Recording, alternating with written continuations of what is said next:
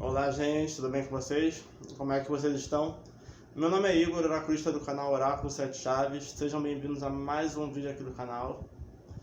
E hoje, no vídeo de hoje, a gente vai falar um pouco sobre algumas dicas, né, que eu estava pensando que eu posso dar para você que está começando ainda com a cartomancia, né, está estudando baralho cigano, ou tarô, né, ou enfim, outro oráculo, né, embora o meu foco seja mais dicas práticas de tarô e baralho cigano, tá bom?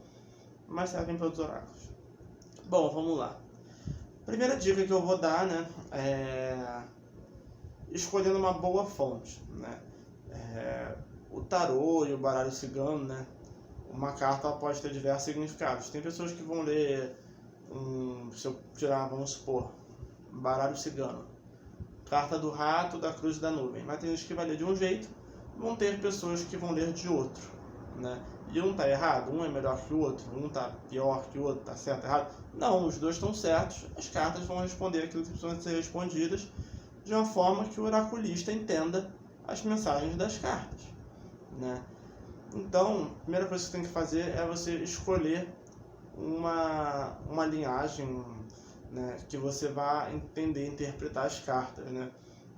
Então, uma coisa que você tem que entender e saber é como que você vai entender, interpretar e lidar com a energia de cada carta daquelas que está ali, né, do seu baralho. Outra dica, né, é justamente escolhendo um baralho, né? Existem os tarôs mais clássicos, né, como Rider-Waite, Marcélia, né? Tem o tarô das bruxas, né, que da Ellen Dugan, que é quase um tarô clássico já, que é bem famoso, né? Ele é um Rider-Waite, mas com algumas imagens do paganismo, né, do neopaganismo, né? Existem diversos tarôs. Tarôs é o que a gente mais tem em variedade. Tem Telema, tem Arcano, Pré-Rafael, Illuminati, Apocalipse. Se eu for citar todos os tarôs aqui, eu vou ficar até amanhã, né? Então é muito importante que a gente escolha um deck que a gente se afinize com as imagens, porque as imagens, né, como eu falei, elas vão direcionar muito para o tipo de leitura que a gente faz das cartas, né? Outra dica também, né, é a dos livros, né? Não todo baralho, né, ele costuma vir já com um livretinho, né? Alguns com um livro maiorzinho, outros só vem com um panfletinho, né? E para quem está começando, eu aconselho os que vêm com um livro maiorzinho, um pouco mais completo, para vocês estudarem, tá? Embora eu raramente tenha lido muito pouco de tarô em livros, eu prefiro estudar pela internet mesmo, vídeo no YouTube, né, como esse, né? Então, você escolhe uma fonte boa para estudar. Escolher uma fonte boa, já teve uma noção mais ou menos das cartas, como é que vai funcionar, já escolheu o seu baralho por afinidade. Eu escolhi o baralho do tarô dos orixás porque eu gosto muito de orixá, e o arquétipo, aquela linguagem ali daquele orixá com aquela carta, vai me fazer entender melhor aquela carta. Eu escolhi o tarô mitológico porque eu estudo mitologia grega, né? Então as cartas são deuses, e eu consigo interpretar melhor, me ajuda a entender o significado daquela carta, né? Por isso que a gente tem que ter muita afinidade com o baralho que a gente vai usar, que a gente vai jogar, tá bom? Outra dica é pratique, né? Óbvio. Pratique com pessoas conhecidas para você tentar encaixar, né, um pouco dentro do que você conhece naquele jogo, né? Começar com gente conhecida, né, pode ser muito bom porque você já conhece a pessoa, já tem uma noção, então você já vai vir com um pouco mais de informação sobre aquela leitura. E aí o que acontece? Para quem está começando, menos cartas é mais, né? Às vezes a gente quer fazer um jogo, quer botar o baralho inteiro na mesa, fazer uma mandala bonita assim com as cartas, e às vezes não precisa disso, né? Tanto para quem está começando, às vezes até para quem já está bem avançado, muitas vezes não precisa tirar 15, 30, 40 cartas para fazer um jogo, sabe? Pode fazer um jogo mais simples, com perguntas mais diretas e objetivas, né? Tira ali 2, 3 cartinhas, quando muito 5, sabe?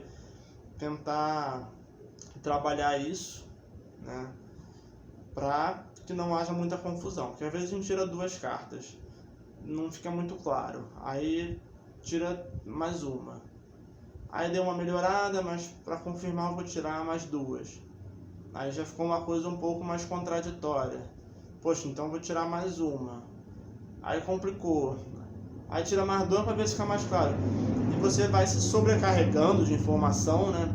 E aí você precisa justamente, né, ter um limite. Então, como eu falei, menos cartas às vezes é mais. Comece tirando com poucas cartas, né? E outra coisa também em relação às cartas, o número de significados, né? Uma carta pode significar diversas coisas, por isso que eu já vi lá na primeira dica, né? A gente vê um método de leitura para cada carta e tenta deixar a carta o mais resumido possível, né? Vamos supor, a carta A vai falar... A carta A, ela pode falar sobre amor, sobre esperança, sobre autoconfiança, mas eu vou resumir só amor. Carta A é amor, caiu aqui é amor.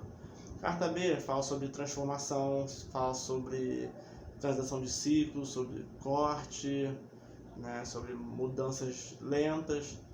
E eu quero decidir que a carta B só vai falar sobre mudanças lentas mesmo. A carta C, ela fala sobre medo, ilusão, irrealidade, sobre falta de preparo, imaturidade. E eu vou pegar só imaturidade. Então, quando a gente mais conseguir enxugar uma carta e tirar o mínimo dela, para quem está começando, vai ser melhor. Porque senão, se a gente for... Pensa que é como se fosse formar uma frase. É mais fácil formar uma frase com 3 palavras, que só tem 3 palavras mesmo, do que com um banco de 15 palavras, você tem que formar uma frase com 3. Pode ser que confunda. Não sei se vocês estão conseguindo entender, mas acredito que sim, né? Então a gente tem que tentar atribuir no começo o mínimo de significado para a carta, e na carta bem básica. E aí com o tempo você vai aprofundando aquela carta, vai entender melhor a essência dela, né? Outra dica também muito boa que eu aprendi para entender um pouco sobre as essências da carta, é interessante a gente tentar associar as cartas com amigos nossos, né, ou situações. Um exemplo, no tarô a gente tem a carta do louco, né? Fala sobre jovialidade, sobre despreocupação, né? Sobre o famoso meter o louco. Pode falar um pouco de irresponsabilidade. Então a gente pensa, que amigo meu que é assim? Que momento que eu fui assim, né?